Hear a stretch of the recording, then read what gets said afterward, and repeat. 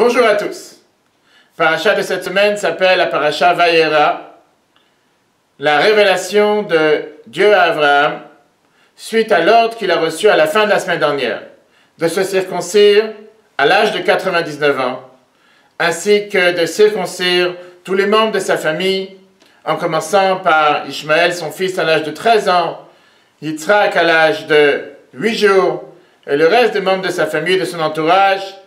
Voici que cette semaine, le 15 Nissan 2047, troisième jour après sa circoncision, Dieu vient et se révèle à Abraham. Et la Torah nous raconte comme quoi Dieu il a voulu que les gens ne le dérangent pas, donc il y avait une énorme chaleur, afin qu'il ne soit pas dérangé par les invités qu'il avait l'habitude de recevoir régulièrement dans sa tente à Beersheba, et avec cette grande chaleur qu'il y avait dans la rue, le soleil qui tape avec une très grande force, les gens ne sont pas sortis et comme ça Abraham pouvait se reposer juste après sa circoncision. La question qui est demandée, pourquoi Dieu a dû attendre le troisième jour pour venir lui rendre visite? Nous apprenons d'ailleurs de cette paracha l'importance de rendre visite aux malades, à tel point que nos sages nous disent que à chaque fois que nous rendons visite à un malade, nous lui enlevons 1/60 de sa maladie. Alors pourquoi Dieu n'est pas venu le premier jour lui rendre visite suite à la circoncision à l'âge de 99 ans, qui n'est pas anodin? Pourquoi avoir attendu le troisième jour? Le Or HaChaim, commentateur du Chumash, nous donne une explication qu'on ne visite pas un malade avant le troisième jour. Ça, c'est pour les gens qui sont étrangers aux malades, des amis, des connaissances. Les proches peuvent visiter tout de suite. Et donc, Dieu qui est proche de chaque juif, c'est sûr qu'il aurait pu venir et visiter Abraham depuis le premier jour et ne pas attendre le troisième jour après sa circoncision. Alors pourquoi il a dû attendre ce troisième jour? Le Rabbi en 1965 nous apprend une leçon fondamentale entre la différence des commandements, comment ils ont été pratiqués par les patriarches, et les commandements que nous pratiquons après avoir reçu la Torah en 2448. Nous savons tous que les patriarches Abraham, Isaac, Jacob ont tous pratiqué les mitzvot, mais de manière spirituelle. Il n'y avait pas d'attachement, il n'y avait pas de lien entre le spirituel et le matériel. La manière comment nous pratiquons les mitzvot, c'est toujours en contact, et ce lien entre le matériel et le spirituel, que ce soit pour les tefillin, avec une peau d'animal, que ce soit la tzedaka avec une pièce, le kasher avec un manger matériel, etc., etc.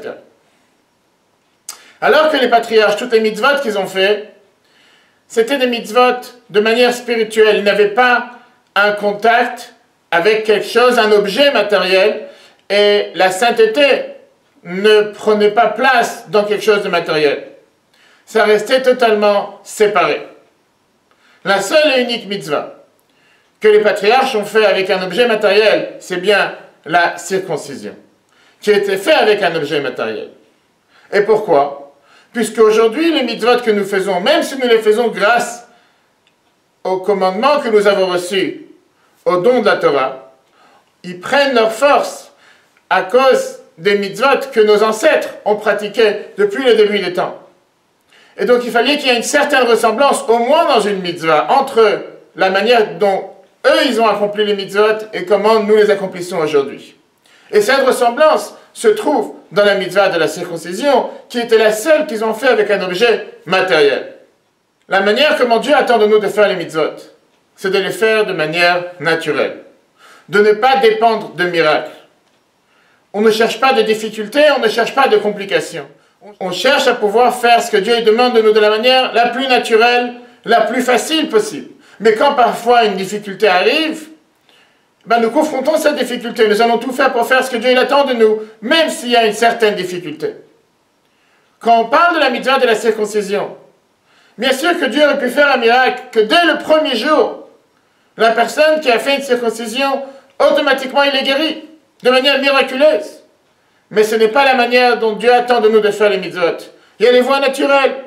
Et naturellement parlant, quand quelqu'un il fait une circoncision, automatiquement ça prend quelques jours pour guérir, cicatriser, etc. De là la raison pourquoi Dieu n'est pas venu le premier jour amener cette guérison à Abraham en le visitant, puisque nos sages nous disent que quand Dieu est venu lui rendre visite, il guérissa totalement de la circoncision qu'il venait de faire à un âge avancé, mais il a préféré attendre le troisième jour. donner ce laps de temps dans lequel, oui, cette mitzvah effectuée par Abraham prendra toute sa place de manière naturelle, de manière matérielle, sans dépendre d'aucun miracle ou de loi au-dessus de la nature. Et donc de cet épisode, nous apprenons deux choses. Tout d'abord, l'importance de visiter les malades. De la même manière que Dieu s'est déplacé lui-même pour rendre visite à Abraham, combien nous devons tout faire pour prendre de notre temps pour aller rendre visite à un malade, tout en sachant que grâce à ça, nous lui enlevons une partie de sa maladie. Et le deuxième enseignement que nous apprenons de cet épisode, combien nous devons nous efforcer à faire les mitzvot, même quand il y a une certaine difficulté, même quand il y a une certaine épreuve, avec toutes nos forces, sans s'émotionner des difficultés, sans chercher à les faire de manière miraculeuse, mais les faire par les voies de la nature, à travers les lois de la nature. Et grâce à ça, nous méritons de pouvoir transformer la nature même en tant qu'un récipient pour pouvoir recevoir cette divinité. Et nous méritons d'avoir toutes les bénédictions nécessaires pour avoir la plus grande facilité à effectuer ce que Dieu il attend de nous. Shabbat Shalom et à la semaine prochaine.